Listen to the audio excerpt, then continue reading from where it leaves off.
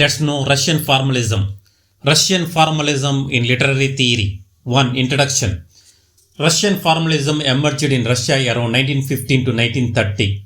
It focused on the form, structure, and language of literature rather than the author's biography or social context.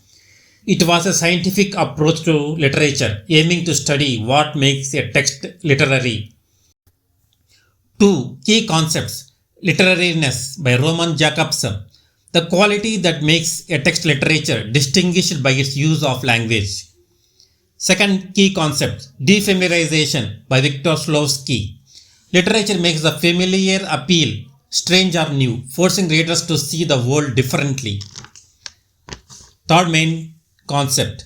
Fabula and sjuzhet, popularized by Shklovsky. Fabula means raw story or chronological events. Sjuzhet, plot, the way the story is organized or presented. Poetic language, popularized by Jakobson. Literature emphasized the form of language, sound, rhythm, structure as much as meaning.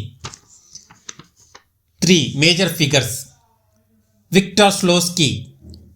Concept of defamiliarization, fabula versus sjuzhet. Roman Jakobson. Linguistic approach to literature, concept of literariness. Boris Eichenbaum. Emphasized the autonomy of literature. Yuri Tynianov.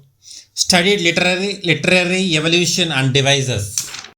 4. Significance.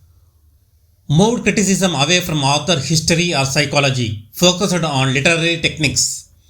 Laid the foundation for structuralism and narratology. Influenced later critics like Roland Barthes, Gerald Genette and others. 5. Criticism of Russian Formalism.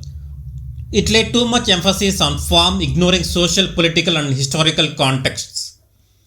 It declined in 1930s due to Soviet suppression of non-Marxist theories. 6. Conclusion.